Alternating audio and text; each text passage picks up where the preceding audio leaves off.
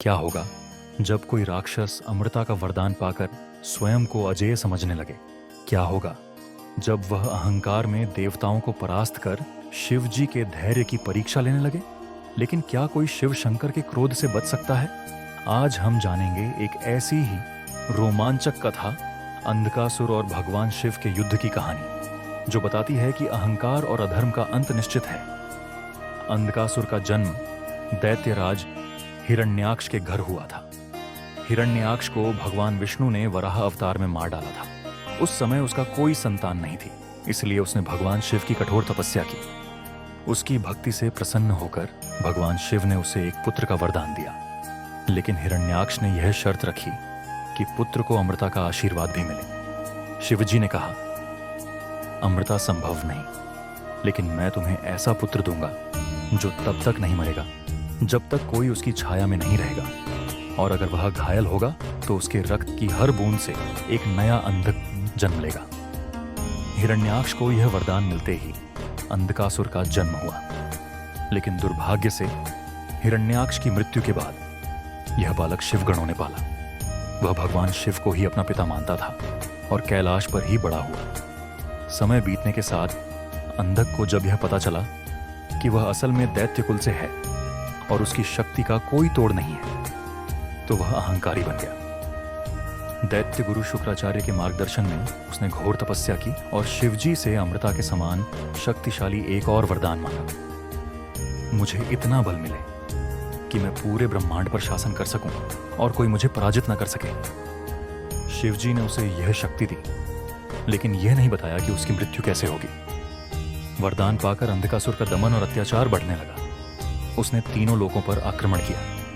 इंद्र को स्वर्ग छोड़ना पड़ा, यमलोक तक हिल उठा और पृथ्वी पर अराजकता फैल गई। एक दिन अंधकासुर ने कैलाश पर्वत के बारे में सुना और वहां की देवी पार्वती की अनुपम सौंदर्य की प्रशंसा सुनी। अहंकार से अंधे हो चुके अंधक ने ठान लिया कि वह माता पार्वती को अपनी पत्नी बनाएगा। वह अपनी सेना के साथ कैलाश पर चढ़ाई कर बैठा। शिव जी उस समय ध्यान मग्न थे। अंधक ने माता पार्वती को पकड़ने का प्रयास किया, लेकिन तभी शिवजी ने अपने त्रिशूल से उसे रोक दिया। अंधक चौंक गया। मैं तुम्हें भी पराजित करूंगा महादेव, तुम्हारा कोई अस्तित्व नहीं रहेगा।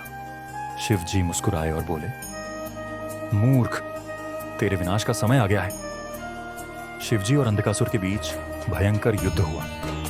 अंधक मायावी शक्ति से बार बार रूप बदलता और शिवजी पर प्रहार करता, लेकिन महादेव ने हर बार उसका वार निष्फल कर दिया।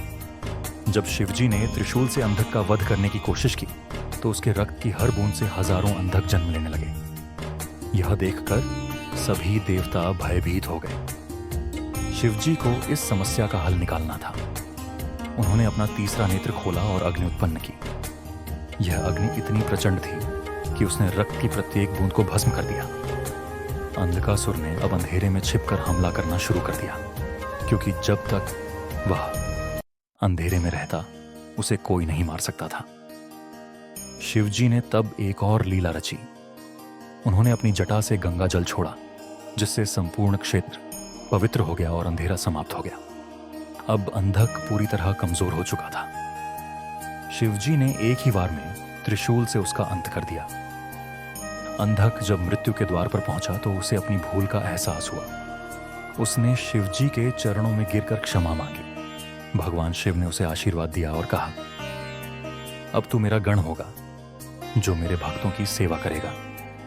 इस प्रकार शिवजी ने न केवल अधर्म का अंत किया, बल्कि अंधक को भी मुक्ति दी। इस कथा से हमें यह सीख मिलती है कि अहंकार और अधर्म का अंत निश्चित है, चाहे कोई कितना भी शक्तिशाली क्यों ना हो। शिव शंकर का न्याय सदा निष्पक्ष होता है।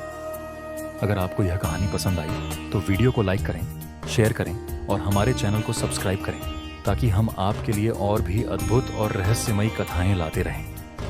घंटी दबाएं ताकि आपको हमारी नई कहानियों का नोटिफिकेशन मिलता रहे। डिस्क्लेमर, यह वीडियो केवल शिक्षात्मक उद्देश्य से बनाया गया है। इसमें दी गई जानकारी इंटरनेट से एकत्रित की गई है। इस वीडियो की सत्यता की चैनल कोई जिम्मेदारी नहीं लेता। हर हर महादेव।